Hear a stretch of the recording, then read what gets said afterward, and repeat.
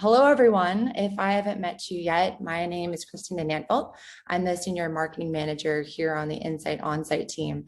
And thank you so much for joining us today and taking time out of your day to learn something new.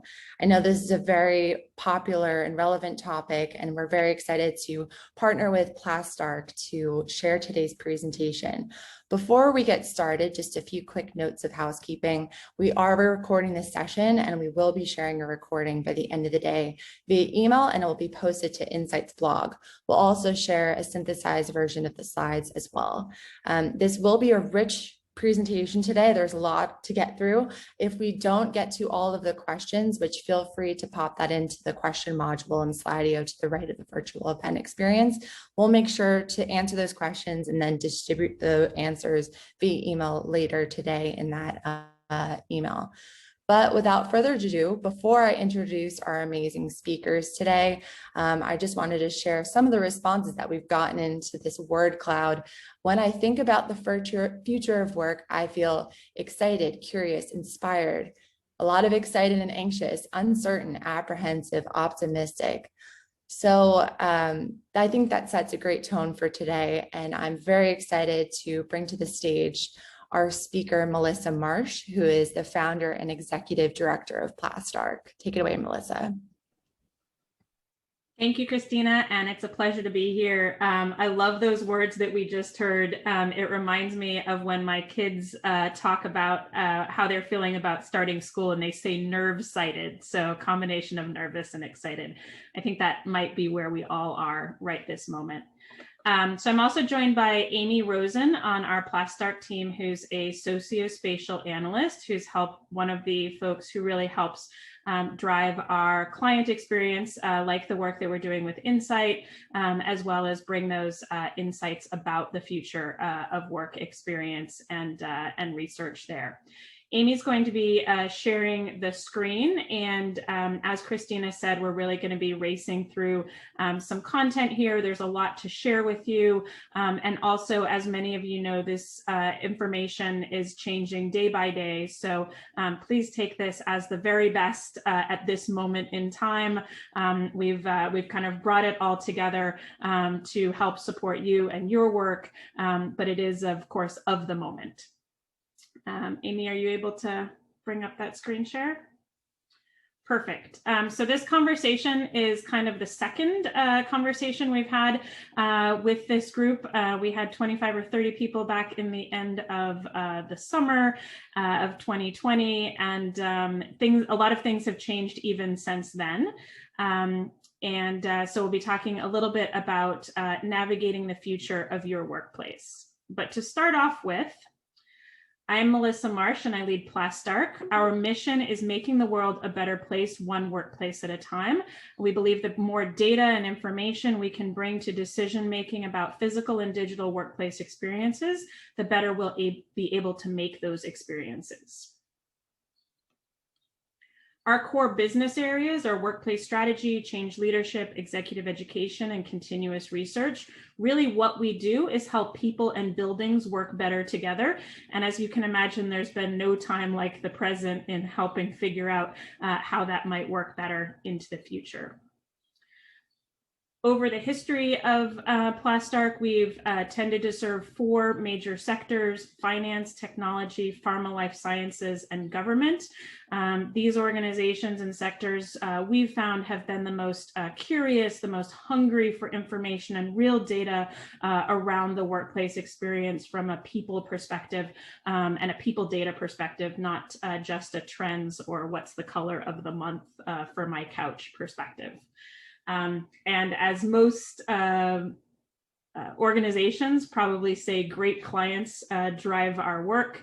That's certainly the case for Insight, really pushing us to bring the best ideas about how return to work can be, return to office can be made possible, and what really is the future. So many different perspectives have been brought out in the recent days. We consider ourselves interdisciplinary in how we approach this work, as you can imagine, and maybe thinking about who is on this call. The Insight Offsite is really, or Insight Onsite is really HR, IT, real estate, facilities management. These are the people, these are the organizational functions that make the employee experience what it is. And we really think of that as an integrated effort and an integrated research proposition, not something that any one of these disciplines can do well on their own. Another perspective we have is that the more data we bring to a topic or to a conversation, the more likely we are to get the right answer, so to speak. We use this analogy that the more people you get to guess how many jelly beans are in the jelly bean jar, the average of those guesses is increasingly accurate. And so we have a kind of wisdom of the crowds concept for considering the future of office. And we also do so in a way that is human focused and of a quantitative or metrics-based nature. It's been sort of the real estate or workplace standard to imagine that that offices are measured by square feet, inches, meters, and those sort of geometric measures, as well as financial measures, cost per month, cost per square foot, cost to operate. But really the value of a building in the corporate world, meaning the buildings that are occupied by people, is not necessarily the building itself, but the organization that it enables. And so we bring more resources for viewing quantitatively those characteristics of space in the human environment or in the human experience. And so that brings us to what there is to talk about today, which is that nearly 13 months ago, the world changed for many organizations in the United States. Of course, we know that many of those changes happened months earlier in other parts of the country. A year ago, we were having conversations about, air conditioning and ventilation and what was safe and what was unsafe and how to wipe down your groceries before you brought them into your house or into your office environment. And luckily we've had, by and large, a year that has brought lots of insights and new considerations. And I think one of the greatest of that is this characteristic of we kind of can't unsee how successful many organizations have been from a telework perspective. That said, many organizations are finding that it's not sustainable, or maybe it's economically sustainable, but not sustainable from a people and wellness perspective. And there's still a huge question about what is the future of real estate in that regard. So those are really the questions that we're hoping to dive in on and spend some time discussing with you today. So a year ago, we began taking these methods and capabilities that is the typical work of Plastarc.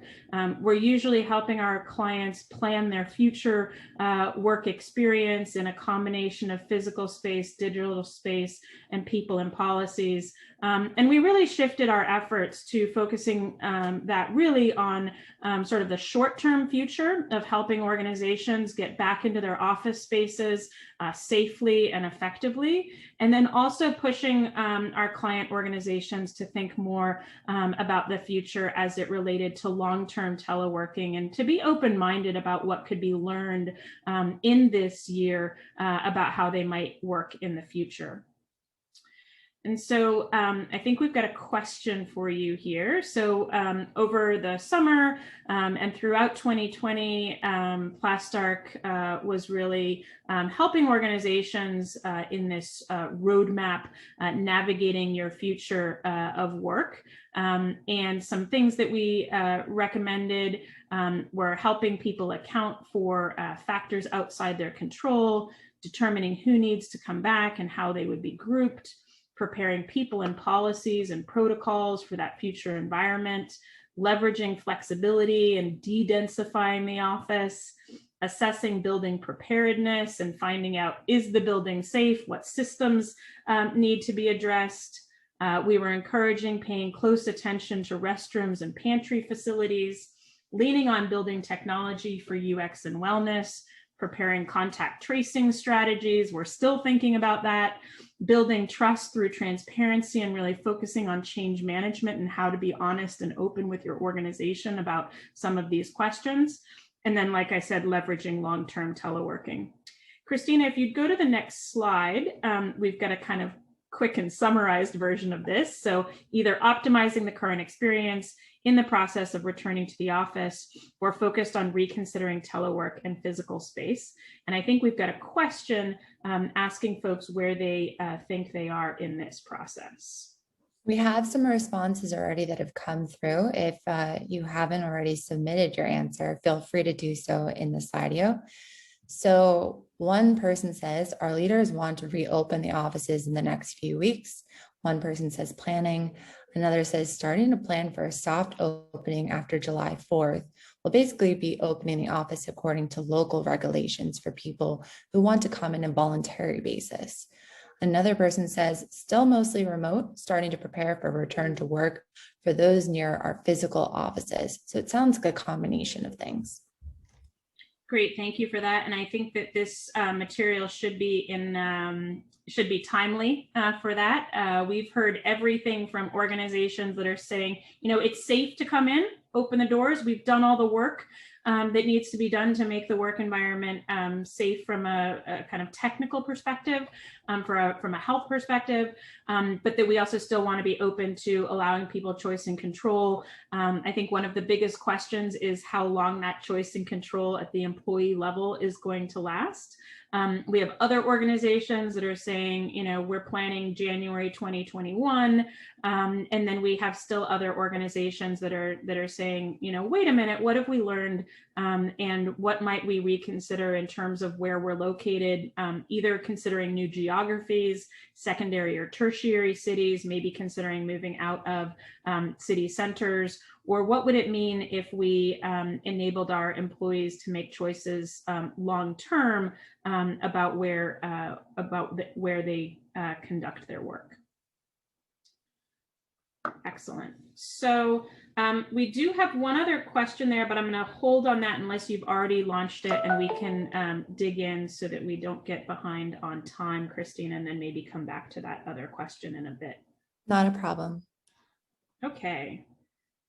So as I mentioned, that was the material that we were talking about over towards the end of the summer.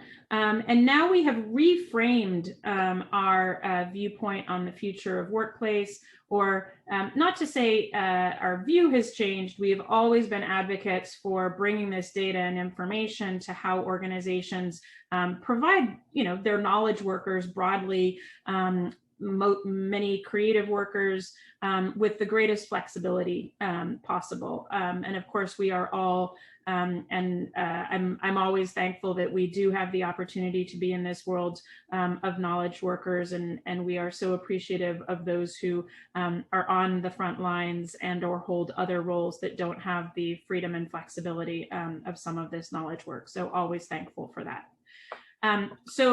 This is our new roadmap. It's about this kind of latter half of the journey, presuming that a lot of figuring out the technical elements of making your environment safe for rehabilitation have been accomplished. And now that your focus is more on people, choice, refreshing the physical environment, bringing maybe some new programmatic elements into the space that weren't there before. This is really sort of the universe, or the kind of integrated people and placemaking that we think are the next steps in your journey. If you're not familiar with the former roadmap, we've written on that and are happy to share that with the resources that come out after this webinar. So what Amy and I will be talking about today are really starting with your workplace why. Everything that you do about your workplace should be focused on what is the purpose of that place for supporting your organization. Then we'll talk about assessing preferences, and that's employee preferences, and ways to organize your space accordingly. Then preparing to manage space dynamically. There's a lot of technologies that allow us to shape space differently and track how it's being used that can really be a great help given that there's kind of a new mode of how we manage people in space. The next will be sharing thoughts on refreshing space to fit new expectations, new employee expectations. Then we'll be looking at building a hybrid workplace model, establishing workplace expectations, and educating, coaching, and preparing people to make the most of their future environments. One of the reasons why organizations have relied on having people in the office is that they can have a greater maybe a sense of managerial control in that space. And a lot of the work to be done right now, we think, is helping people learn how to make great decisions about how they choose to do their work and how they choose to conduct themselves in either a physical or virtual environment. Then we'll talk about ritualizing sustainable work from anywhere practices, reinforcing equitable hybrid employee experiences, and learning from the lived experiences of your organization in order to have an approach of continuously refreshing and improving your environment. So we really think that this is the checklist for now, and hope that we can bring you some tactical and practical information around how to be focusing your efforts. So I am going to pass it to Amy and let Amy go through your workplace why. Perfect. Thanks, Melissa. And hello, everyone. I'm so excited to be talking to you first about what we have really thought is top of mind or should be top of mind going forward as you're thinking about what the future of work means for your organization. When we're questioning your workplace why, the first thing that you can actually start to assess is your current balance of space types and space vocabulary in your existing office space.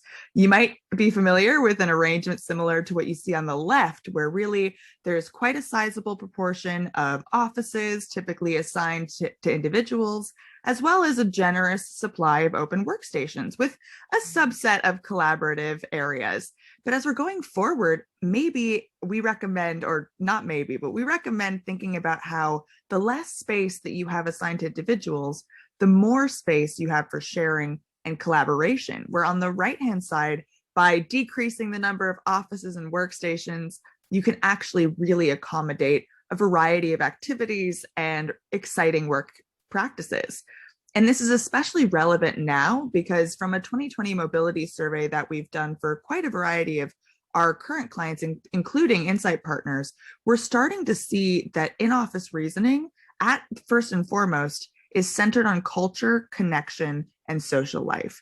That is the main driver for people wanting to go into the office. We've heard things like, I'd like more social interaction. I value the in-person creative work. I find it inspiring and energizing to work with people in person. And the work-life balance as well comes into play here of being able to separate your home life and your work life rather than having them in the same general vicinity.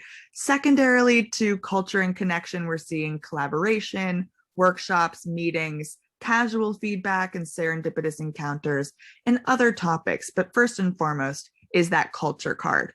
So that really elevates your workplace why. It matters more than ever now. And so thinking about how to measure success in an environment where you can't always see everybody's butts on their seats, so to speak, and really the well-being of your employees is not only paramount, but it's especially important coming off of a pandemic. So health, safety, attachment, trust, as well as access not only to people, but to your tools, resources, and information.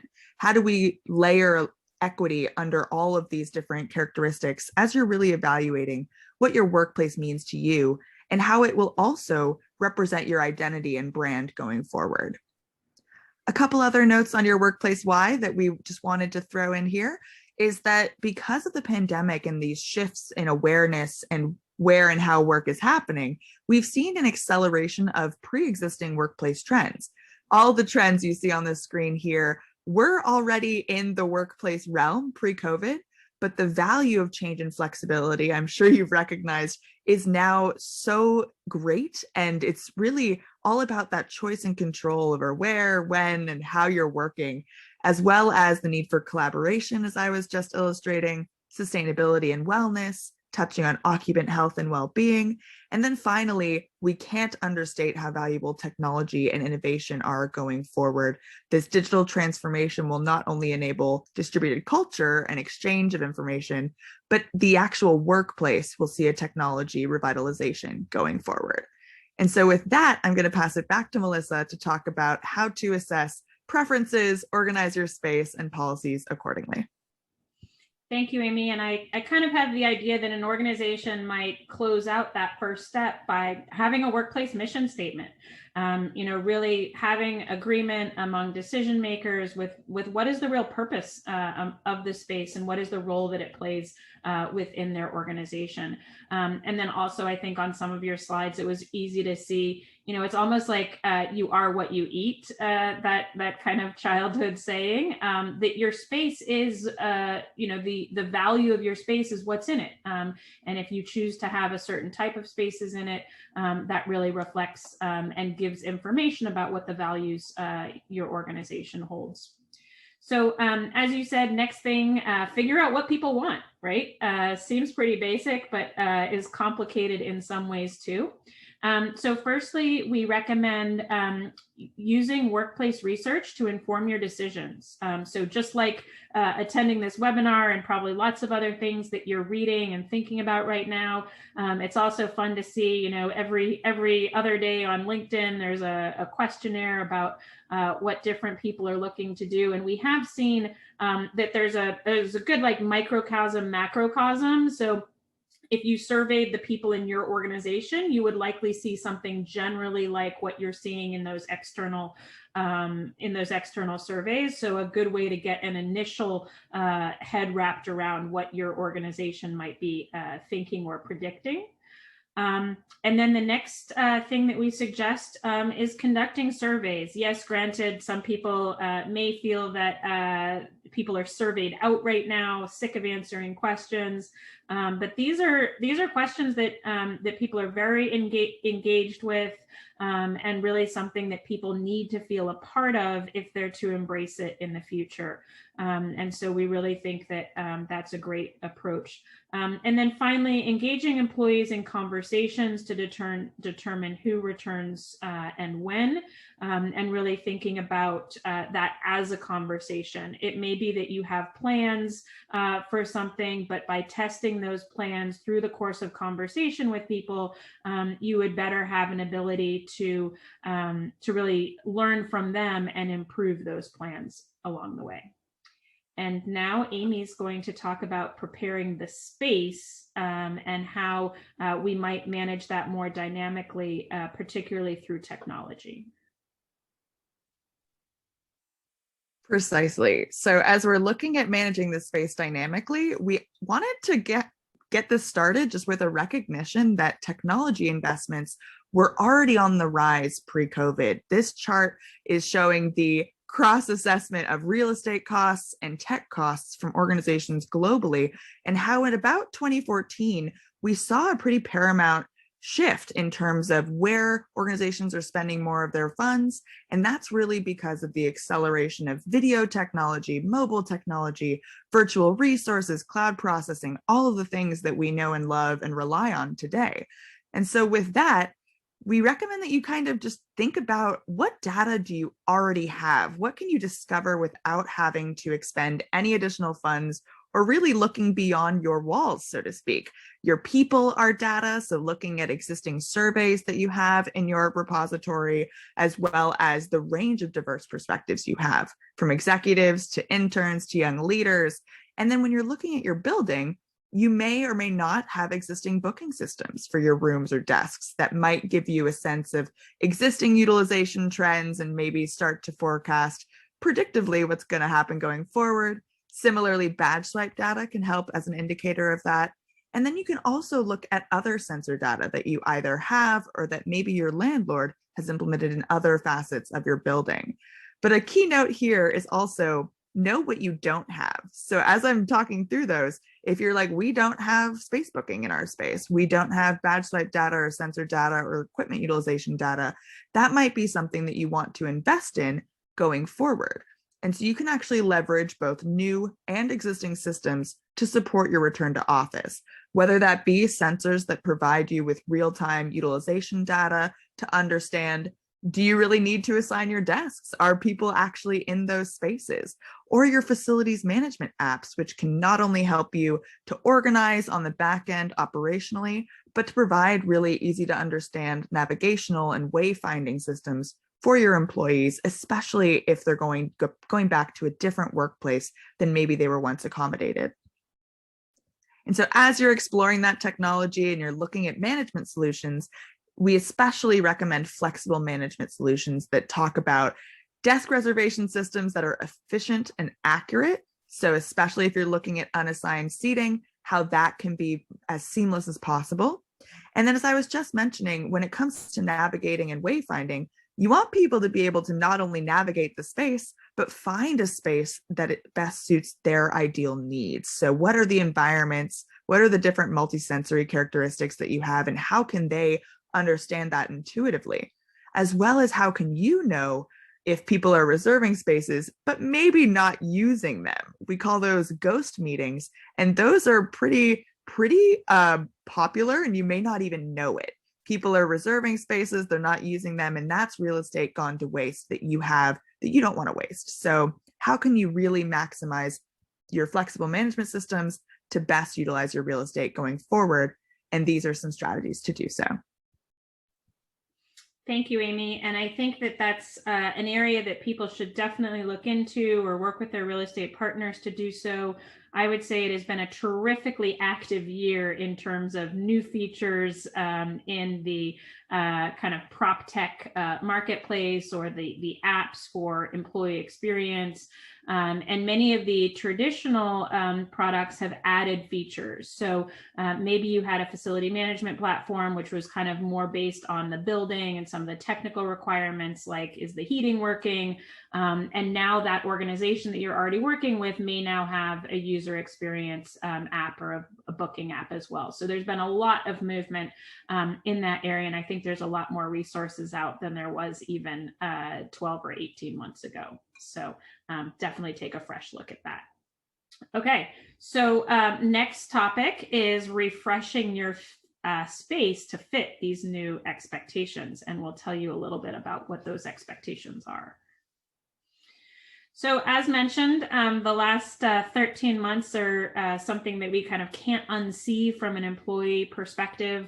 As I mentioned, telework has been surprisingly effective for workers and businesses.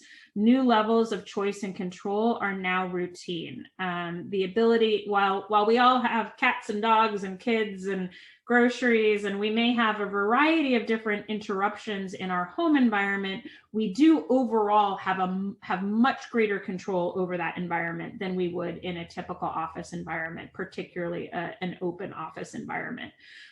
So there's a real risk that as people come back into the world of office space, that there's going to be a real shock around how can I make the environment that I need, that I know is going to make me comfortable. And so how do we provide ways that people can make the most of their home environment and have choice and access when they get into the office environment? While we don't know the future, I believe that we know enough to design for that future. And so really want to think about the ways we do that. So we were and then, sorry, Amy.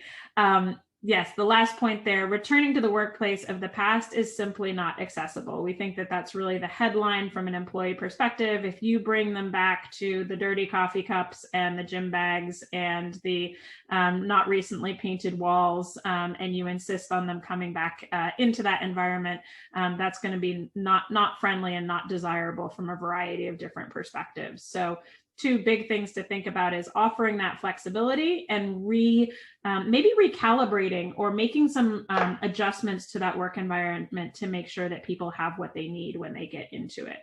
So Plastarc's usual way of figuring out what is needed in a space is to start with the people. What do people do? How do they spend their time? What are the core aspects of their responsibility? And making spaces that are designed to support those things that we know people have to do. And I think that what we've all learned, a lot of changes of the day-to-day work. People are planning to come back to the office along the lines of the data that Amy shared. People are coming back to the office to collaborate and to interact with one another. They're also coming back to the office to retreat. Maybe they need some heads down space, and they're coming back to the office for that. We might also observe that when pre-COVID, we had maybe 90% phone calls and 10% video calls. Now we have the inverse, maybe 90% of our calls are video and 10% are phone. We might need to adjust that, but in either case, it's a completely new expectation for the work environment. And acoustics are not something that are particularly easily managed in open office environments. So pre-COVID, Plastarc would often recommend that for every work point or office or workstation style seat that was in a work environment, you would have one away seat. That might be a retreat seat, that might be any other seat that's not designed in a way that's typically for solo or individual work. So meeting seats, lounge seats, library seats, cafe seats, everything together bundled into one. However, we know that people's expectations about what both what we're doing has changed, and then also expectations about what is the definition of a great place to do a particular type of work has changed. You can maybe imagine a large meeting pre-COVID that happened with everyone coming into one place. Now we might have a greater degree of virtual in that large meeting. There might be a mix of people who are co-located and people who are located in different locations. And that really means that a different space is required to make that a great experience. So with that information of how people's needs have changed, their expectations have changed, who's planning to come into the office, our general principle right now is that for each work seat, we might see 2 or 3 away seats, so that there's really a much more significant volume of those meeting and collaboration settings.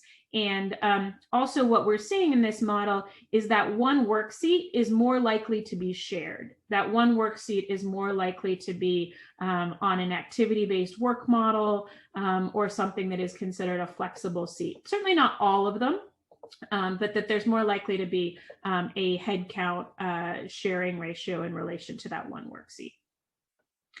Another interesting fact, when we've had activity-based work environments, which are these environments that have a lot of diversity of space type and give the employee choice and control over where they're working within that environment or setting, we have seen that, for example, if 100 people came into an environment that is designed in this activity-based work way, and there's 70 desks, that actually those 70 desks would not even be occupied by the 100 people. About 30, 35, less than half of them would choose to spend their day at a desk. The rest would be using those alternate spaces within that environment. So really, while the desk has been the go-to setting for work to date, that desk is one of the spaces that's best replicated in our office, in our home environments or our home offices. And we really need to invest in all these other space types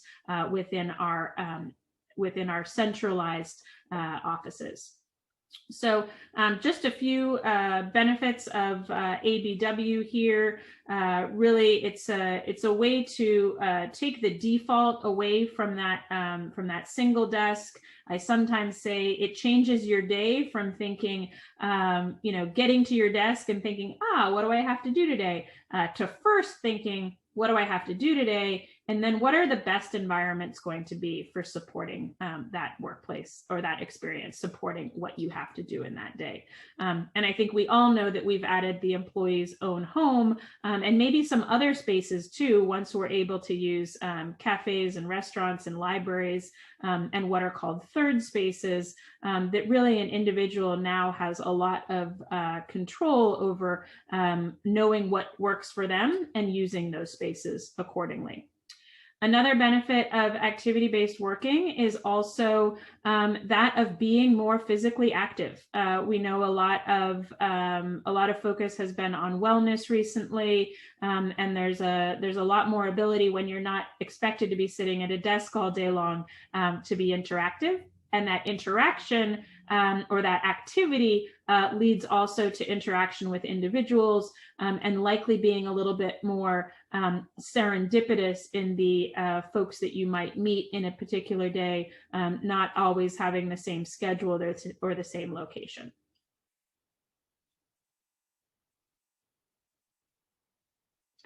Of course, there can be some challenges with activity-based working, but as we said, there's so many new technologies that the fears that people have had in the past are really no longer needing to be an area of focus. So finding people you can probably do on Slack or by cell phone and not something that needs to be too much of a concern in relation to that environment. All right, so now I'm going to dive into what it means to build a hybrid workplace model. And really, we want to emphasize the value of testing ideas while preparing to communicate those ideas with every stakeholder that needs to know what's going on. And so as we've kind of been alluding to, there's an increased desire for remote work. On average, we're seeing in our survey data that people anticipate about 2 more days per week remote than pre-COVID. That is a dramatic shift from 0.9 days to 2.7 days, which, as you know, is above the midway threshold of the week.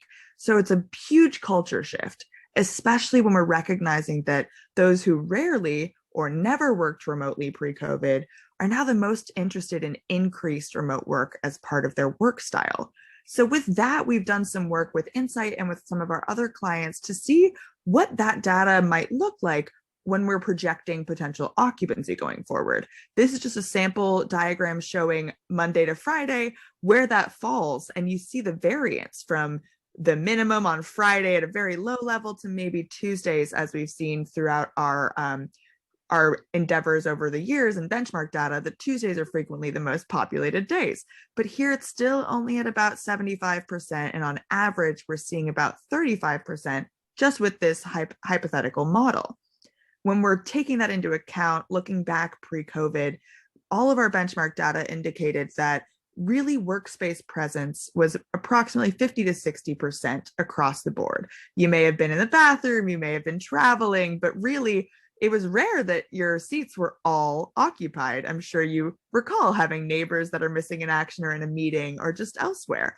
And especially when we're looking at the desk specifically, desk occupancy was as low as 30 to 40 on average. But now as we're looking forward and we're taking into account what I was just sharing, the range of workspace presence post-COVID is at an aperture that is so wide in comparison to pre-COVID. We're looking at anything from maybe 10 or 20% up to approximately 90%. So how do we accommodate for that variety is the design challenge that's afoot. Alternative space types can be available instead of maybe 100% workstations to really use that variability to your advantage and make the most of that space. And so first and foremost, we recommend evaluating readiness for shared desking. With that increased distributed work, it has an opportunity to optimize your real estate. You don't need to necessarily expand to have more spaces for innovation and collaboration. I know for Insight in particular, we're looking at how to really create a laboratory environment for thought leadership and research that doesn't necessarily take away from the opportunity for people to come in and do their focus work as needed.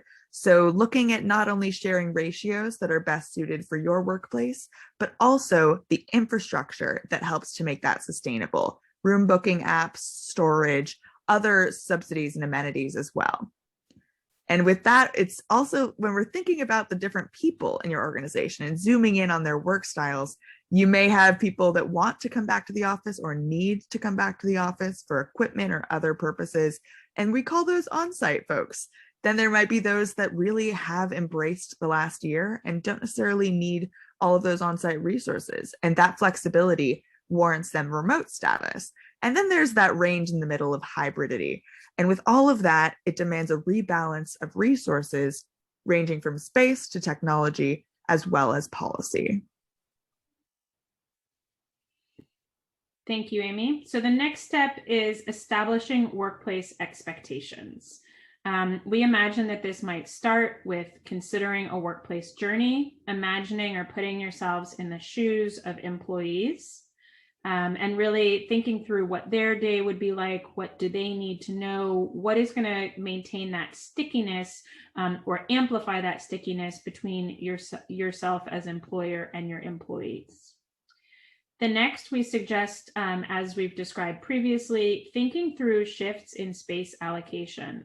This slide is similar to one that Amy presented right at the beginning, but really imagining, are you assigning maybe people as groups to spaces rather than individuals to spaces as we had in the past?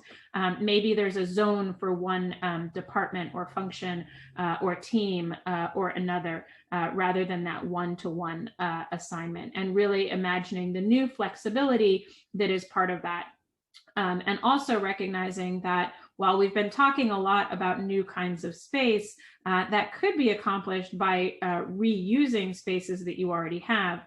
Maybe a space was previously an office, it's a great enclosed space, maybe with adding a video setup to that, you could make it a video meeting space. So it's not really about, I think the headline is when you come to the office, you want all the resources that are part of that enclosed office environment, but in a shared capacity, sort of democratizing the workplace.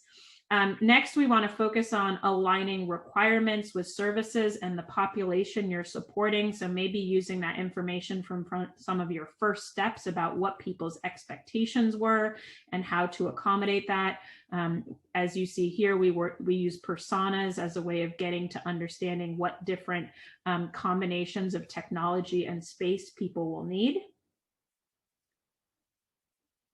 Then we want to make sure that employees know how space should be used. Like I said, you might be bringing people back into an environment where the major changes are how that space is being used. And now is a great time while people aren't in that space to rethink it. We have several clients who've initiated a clean desk policy, packing up personal belongings, moving them so that when people come back into the environment, it will be much more of a free form, unassigned environment, and a lot more resources for everyone, and a lot more ability to spread out on the short term and collaborate in the long term. You might consider offering a re-welcome guide, providing guidance and ideas about how spaces might be used in new ways, maybe in ways that were not part of how the office was used before you moved out of it 12 or 13 months ago. So going off of all of those spatial educating items and how do we really communicate new expectations to our employees, we wanted to push a little bit more on the value of educating, coaching, and preparing your team members. Not only can you develop new policies and protocols and training models that take a telework first approach and really emphasize that you're leveling the playing field the same way that we have over the last year. New employee training models can actually embed a new set of skills as well. So this can be an opportunity to not only train your new onboarding team members, but your existing ones as things are changing going forward. You can also deploy clear guidelines to make the most of this new model. We've heard from a few of our client team members that maybe the shared desking is a little bit tricky to really nail down. And so how do we really know where I'm supposed to be and how frequently I can use that space and how long I can be there are all questions your employees are either thinking now or will be thinking down the line. So deploying clear guidelines before they ask the question is always a great way to go. And then here's a few recommendations of how you can support new mindsets and behaviors to meet additional expectations, such as adjusting expectations for participation in meetings, questioning whether people need to have their video on for all calls, looking at how to manage by results, and developing job autonomy, while also welcoming and respecting boundaries and asking rather than assuming. Just a taste of a few things that you might want to try. And finally, communicating expectations for utilizing all that new technology that Melissa and I have been advocating for. How can you let people know how to actually use those booking systems and what things are touchless now and where their phones come in and how all the systems are changing are all key to really explain and make clear. We do realize we're going at warp speed here, so do remember that you're getting a copy of this afterwards. So next is ritualizing sustainable work from anywhere practices. We know that this last year has been stressful, and we've heard so much about the topics of mental health and well-being. We imagine with one of our clients the idea of a psychological safety net that could be enabled to help people connect with one another, and use protocol to make sure that managers were checking in on people and making sure that we're not just doing our work, but that we're really all okay.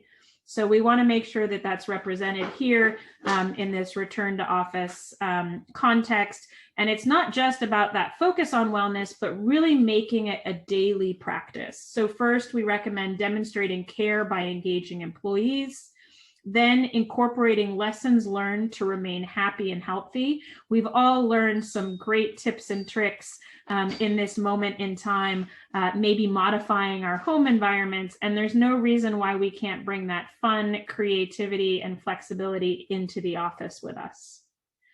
Then we want to make sure that employees know their roles in relationship to wellness, not only their responsibility for themselves, but also their responsibility for one another, making sure to reach out and check in on the well-being, and adopting principles within your organization to make that come to life.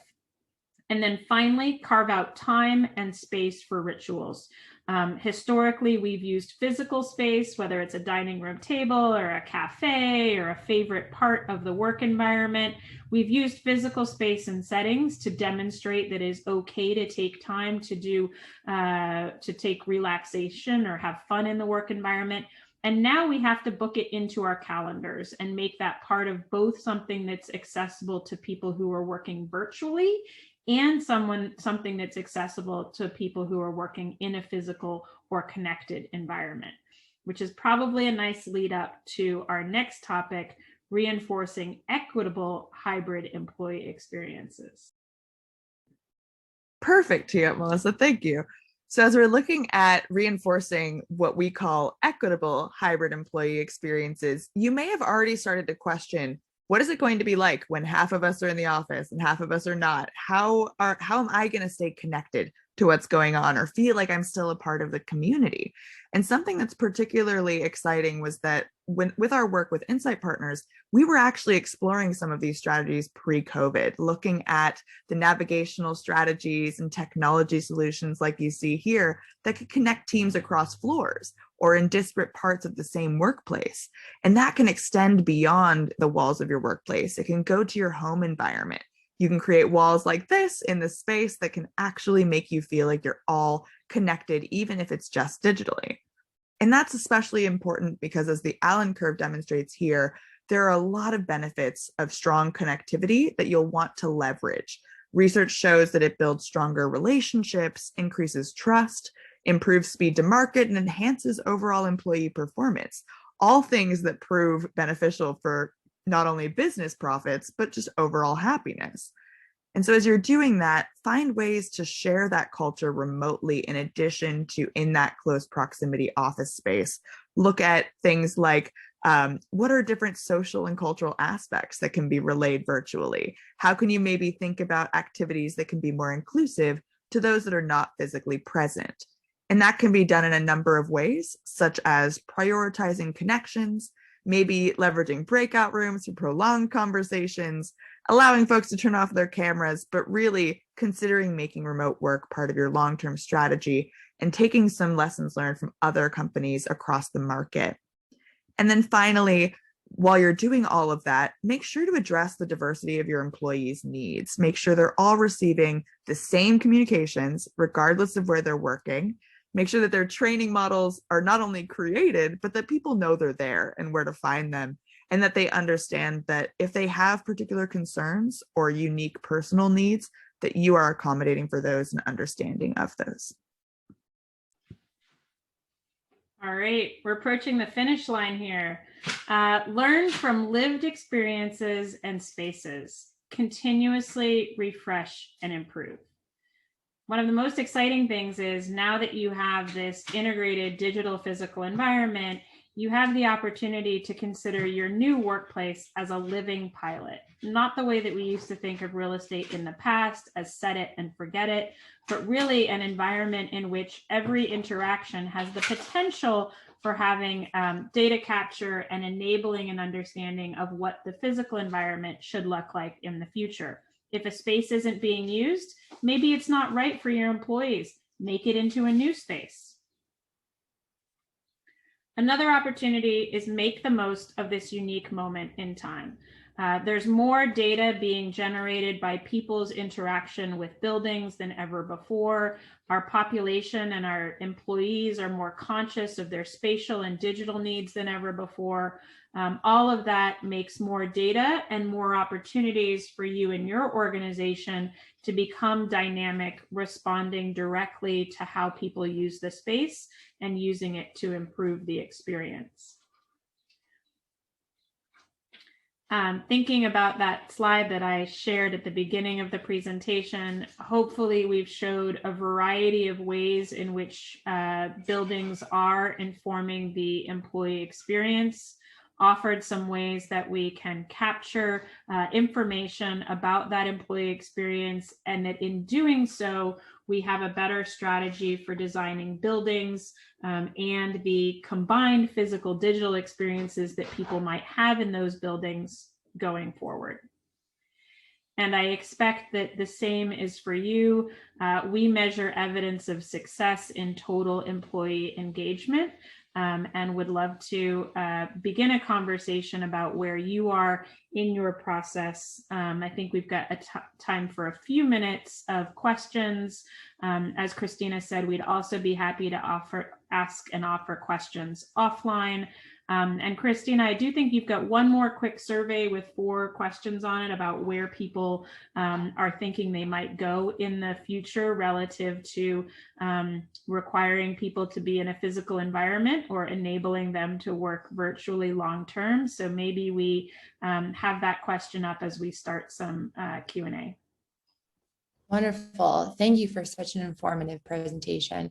First question that came in, do you think that if remote is allowed for some colleagues that requested it, the company should pay for their accommodation to visit the office every other month, for instance? I think that's a great question. Instead of offering a should, I'll give some examples.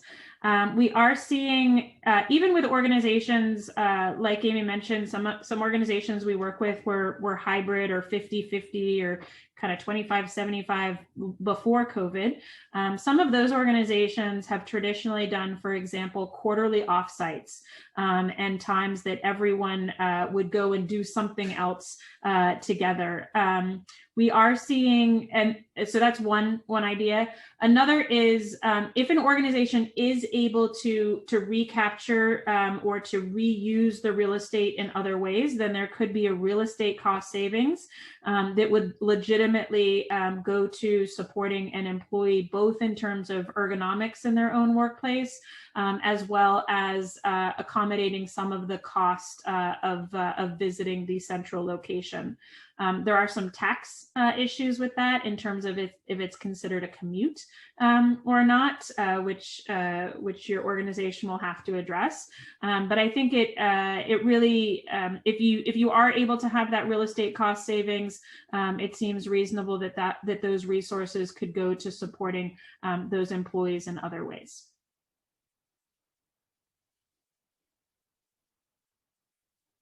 So I'll give that a maybe.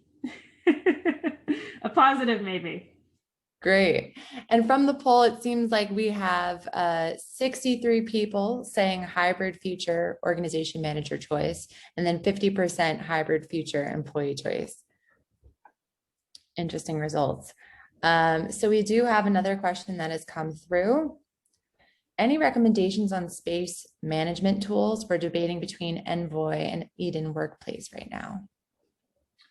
I'm actually going to pass that to Amy, who's been doing quite a bit of research on this topic. And it's maybe also something that we have a follow-on conversation with Insight, because we are doing some work, some research for Insight, and no reason not to pass it along to the partners.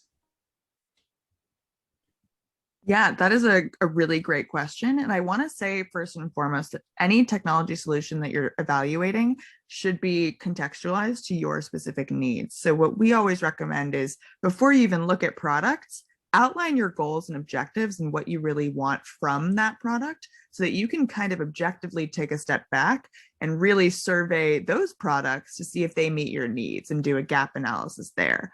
Additionally, your technology stack as an ecosystem wants to get along with one another. It's just like a typical ecology in the real world, but it's technological.